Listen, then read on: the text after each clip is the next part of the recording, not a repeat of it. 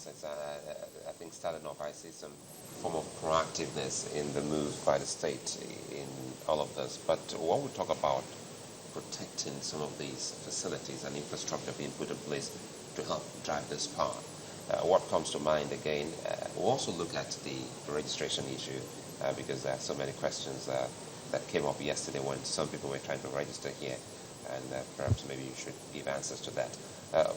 What has happened to the CCTV that should have been in place in Lagos State to help watch over some of these facilities and so many others in the state? Because when the NNPC and a couple of other investors spoke, they talked about vandals, and some of them are actually thieves and people who would actually steal some of these components, which ultimately will affect the distribution of power to homes and industries. How well have you been able to monitor some of these facilities for the investors? The CCTV security system is there, but as you would know, it requires power. And some of the costs that we're looking at, we just met with the operator, some of the costs we're looking at in terms of powering, I think about 66 base stations that enable connectivity, ability to also record and keep data, is running into several billions of naira in a year. Now, that is cost that is avoidable if there is energy. But that said, the other point to make was that from no camera at all, we have a little over 1,000 cameras across an area of about 3,775 square kilometers, which is the land area of Lagos State. So if you do a rough division, you have like one camera to like 37 square kilometers, if my maths is any good. Now, other cities of the world have about 200 cameras per square kilometer area. But it's a quantum leap for nothing. Now, some of these assets that we also talk about are cables buried underground. And until we achieve that spread in terms of camera monitoring and all of that, we won't have the kind of coverage that we desire. But we've taken the first huge step. We are planning to add another 1,000 cameras, which increases the spread. But perhaps when it was predicted that the world would be dominated by cameras, those who made that prediction didn't really only think of CCTV cameras, because almost everybody I can think of now has a camera in his hand. So we're going to need that citizens' army also, and you guys are doing a wonderful job with the reporting, people sending images and stuff. So it helped us, for example, to detect, arrest, and detain one of our officers in road traffic management. So it's like a people's army round power that we will need. But there's also the issue of local policing. So if you make legislation, people steal cable and all of that, and all of the police now are channeled towards preventing, apprehending what I call very high crime, you still need a residual capacity to be able to deal with local and municipal issues. When you talk about transportation or one of the transport officers, what comes to mind now is what I've called the Trinity in powering Lagos: transportation, housing, and agriculture. Let's see how this has been able to help drive the economy of Lagos, and if there are any challenges. We'll start off with transportation. And lately we saw the increase in the use of our waterways, our water transportation system, and quite unfortunately we've actually seen some kind of accidents recorded which borders on safety. Tell us what your government is doing in developing the transportation sector, especially water transportation in Lagos. Our major intervention today in public transportation is in road transportation. That's the biggest capacity that currently exists, and you will see expansion of the Lagos-Badagry Expressway, expansion of the Mile 12 Ikorodu Road, expansion of the Lekki-Ekpe Expressway. By the time all of that finishes, what it means is that it should not take more than half an hour from those parts of Lagos to get into the economic spine, which is the center where everybody is currently clustered, and people still have to endure some hours of traveling. But there's a lot of work also, as you should be aware, going on in inner city roads, trying to create linkages and connectivity. And all of these, of course, you can link with housing, because the places where there's land in abundance now are not in the center anymore. And there's a reluctance for people to go and live in those places simply because I hazard a guess, it's the distance of getting to their workplace and to their business place. If it's no longer more than a 30-minute journey or a 45-minute journey, it's a 45-minute journey of pleasurable driving and commuting. And so it provides the necessary linkage to houses. And that's why we're building in Badagry, we're building in Shongotedo, we're building in Igbogbo, we're starting in Ibeshein, Ikorodu, and so many other parts of town. How's it working, the housing issue? It's doing very well, I must say. It's doing very well.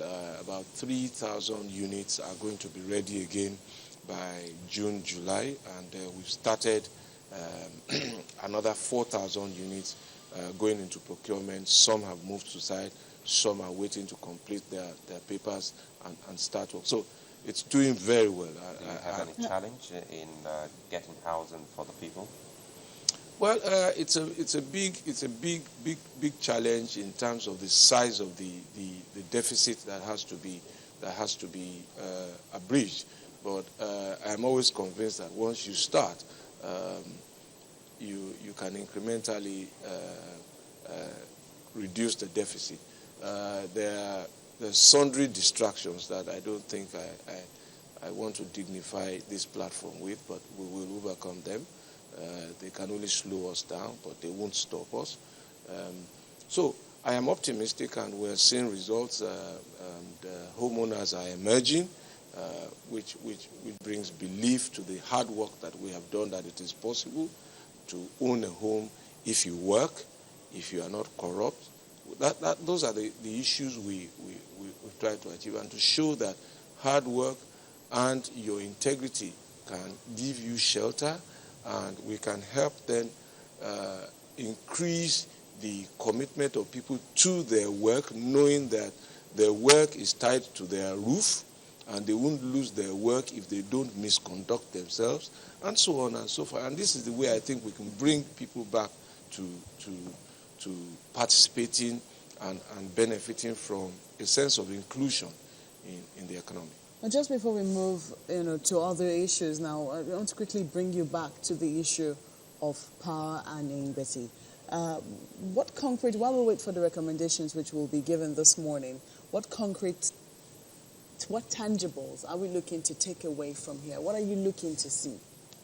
Well, I can't legislate the outcome of a summit, and as I said, this is a private sector summit, convoked by us, co-chaired by us, and somebody from the organized private sector. So I am waiting to receive the resolutions, and from then we will move. But if anything, I think that the attendance and the level of participation, first of all, confirms that we have picked the topic of the moment. And once you build an army around a subject, around an issue, around a problem, every time Nigeria has confronted a single item, we have overcome it. So, and in that sense, I am optimistic. I guess what I'm asking is your expectation. You don't have any?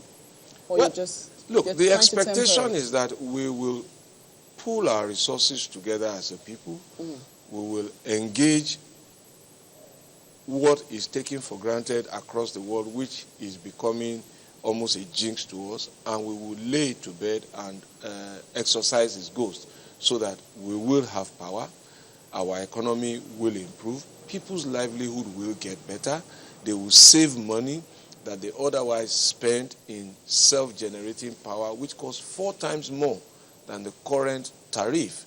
And therefore, that can only increase and unlock opportunities Because if you have 3 more times the money that you used to spend in your pocket, the tendency is that you will buy more and you will focus more on lifestyle goods.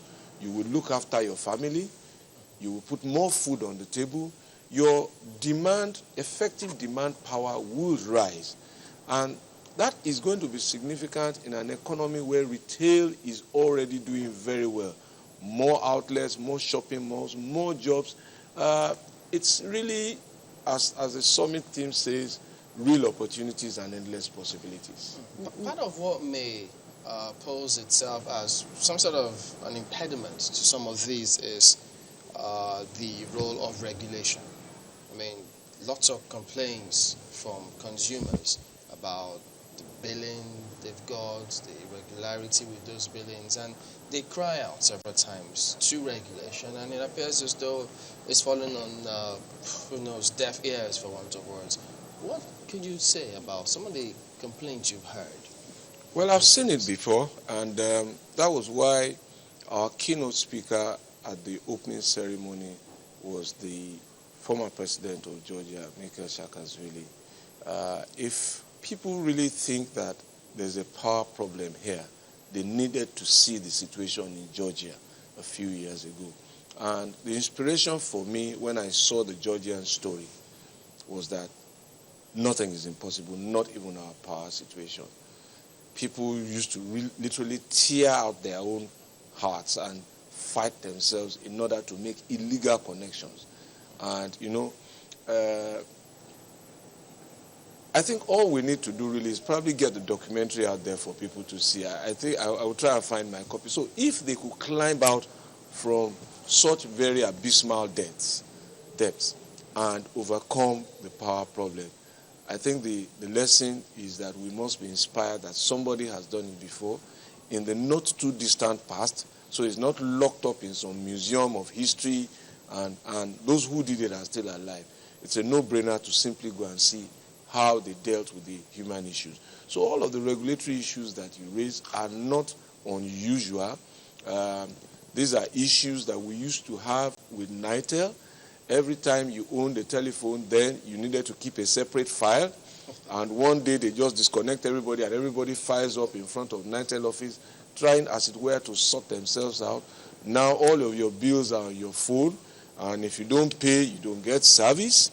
And so we're on a journey, really. And I understand them. I am optimistic about them. That is why I'm in government. There's a problem, so let's find solutions. Let's think ahead of the pack. Let's bring people who have done it before to share their experience, and let's inspire our people with the idea that it is possible. Because if people don't believe, then it's difficult to take them on a journey. And I hope that the Georgian experience provides that kind of inspiration for our people, that this is something that we can deal with in very little time. But people still have a responsibility. My experience with utility is that it is never in excess of demand. Supply is never in excess of demand. Supply aims to equate demand. But there's a lot of conservation that needs to go on. People must stop wasting power. Even the insufficient power, I argue, can be better utilized. People must shut down appliances that they are not using. Apart from the fact that it saves power onto the grid for those who need them, it also saves money in your pocket. We must conserve water, because indiscriminate use of water also results in power costs, because you need to produce water. So it's an attitude that as government we will lead the advocacy. We've started the initiative about saving power and conserving money, conserving energy and saving money under the Ministry of Energy and Mineral Resources in Lagos. So it's something that I would urge that platforms like you take up. You will see, perhaps in one of the video documentaries last night, we showed what was possible. People open running taps, trying to brush their teeth, and a mother comes in there, takes a glass, fills it with water, and shuts the tap. Those are the things we must do. We must switch off appliances we don't need, and so on and so forth.